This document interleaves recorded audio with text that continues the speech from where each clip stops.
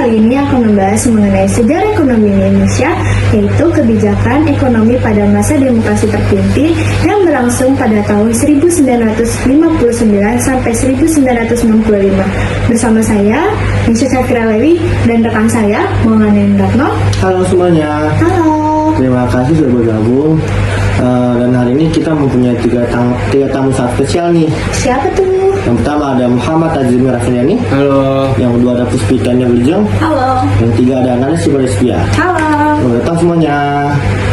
Terima kasih sudah mengundang saya di podcast kali ini. Saya sangat senang bisa bergabung di podcast kali ini. Terima kasih banyak juga udah mengundang saya. Saya sangat antusias banget nih buat diskusi kali ini. Halo semua, senang bisa berpartisipasi. Semoga obrolan kita hari ini memberikan wawasan yang bermanfaat untuk para pendengar. Sebelumnya, terima kasih untuk para tamu yang sudah memperkenalkan diri. Langsung saja ya kita masuk ke pertanyaannya. Hazemi, bisa Anda jelaskan bagaimana latar belakang pada masa kebijakan ekonomi dan mengapa Presiden Soekarno perlu merombak kebijakan tersebut? Tentu. Jadi setelah kemerdekaan, Indonesia masih berada dalam kondisi ekonomi yang sangat lemah dan masih dipengaruhi oleh sistem kolonial, infrastruktur, industri, dan sistem perbankan yang masih tertinggal jauh. Pada masa demokrasi terpimpin, Presiden Soekarno memimpinkan Indonesia yang tidak bergantung pada negara asing, terutama Barat, sehingga ia bisa mengusung konsep yang dikenal sebagai ekonomi berdikari atau ekonomi yang bisa berdiri atas kaki sendiri. Nah, saya pernah dengar bahwa kebijakan ini bertujuan untuk membebaskan Indonesia dari ketergantungan pada negara-negara Barat. Tapi, apakah langkah utama yang diambil pemerintah untuk mewujudkan ekonomi berdikari ini, Hazmi? Langkah paling utamanya adalah nasionalisme aset-aset asing. Ketika Indonesia mengakhiri hubungan politik dengan Belanda terkait sengketa Irian Barat, pemerintah juga mengambil alih perusahaan-perusahaan Belanda yang beroperasi di Indonesia, terutama di sektor perkebunan, pertambangan, dan perbankan. Harapannya aset ini bisa dikelola oleh bangsa sendiri demi kepentingan nasional. Tapi kan tentu saja implementasi nasionalisasi tersebut tidak akan berjalan semudah itu. Jadi untuk Ajeng, apa tantangan yang akan dihadapi pemerintah pada saat itu? Jadi ada yang namanya nasionalisasi aset. Nah, nasionalisasi aset ini adalah pergerakan yang berani yang bertujuan baik. Namun di samping itu banyak kendala-kendala yang terjadi. Salah satunya seperti kurangnya sumber daya manusia.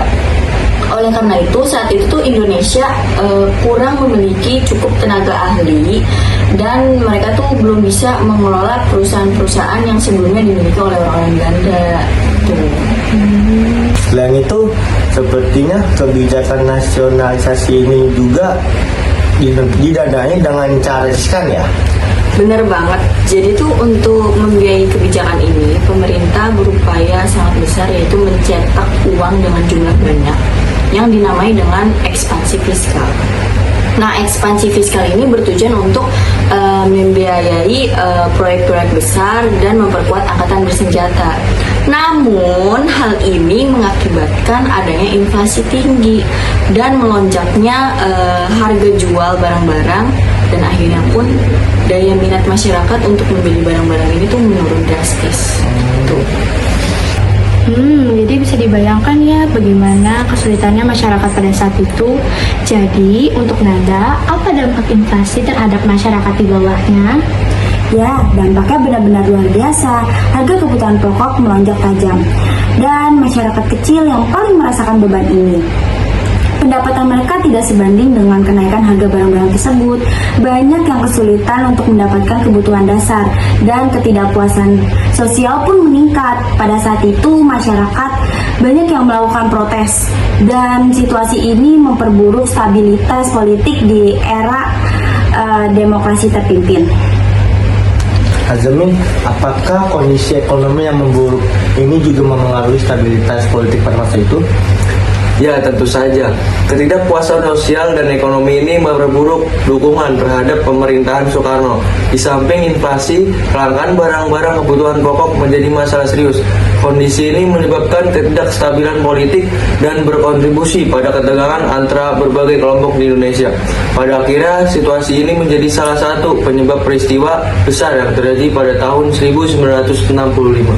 Jadi, kita bisa melihat sendiri bagaimana kebijakan ekonomi berdikari ini memberikan tantangan besar bagi kita. Untuk Puspita, menurut Anda, apa saja pelajaran yang bisa diambil dari kebijakan ekonomi berdikari ini? Oke, menurut saya pelajaran terpenting itu di mana kebijakan ekonomi ini harus disusun secara real, bukan hanya sekedar visi yang besar gitu loh. Jadi ekonomi berdikari ini sangat baik, namun kita tuh perlu memikirkan bagaimana sumber dayanya ini harusnya cukup gitu. Misalnya jika kita ingin mengelola aset-aset nasional, kita tuh perlu mempertimbangkan tenaga ahli yang kompeten, dan juga pentingnya juga untuk memikirkan agar tidak jadi inflasi yang tinggi. Benar sekali. Nah, ada apa pandangan Anda tentang peran kebijakan ekonomi dalam kesejahteraan masyarakat ini? Bagi saya, kebijakan ekonomi harus selalu mempertimbangkan dampaknya terhadap masyarakat bawah.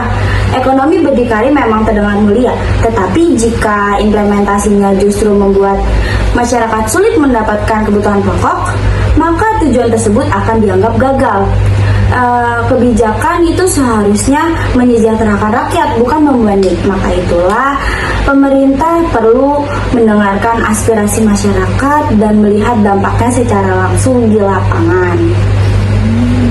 Wah, diskusi yang kaya wawasan. Terima kasih untuk Nada, Puspita, dan Hazemi. Sebelumnya, apakah ada pesan yang akan disampaikan untuk penonton mengenai pembahasan hari ini? Ya, saya ingin menekankan bahwa sejarah selalu memberikan kita pelajaran. Masa demokrasi terpimpin mengajarkan kita betapa pentingnya menjaga keseimbangan antara idealisme dan pragmatisme dalam kebijakan ekonomi. Benar sekali, dan saya juga sangat-sangat berharap untuk para pembuat kebijakan untuk selalu belajar dari masa lalu, terutama pada kesalahan-kesalahan yang sudah pernah terjadi.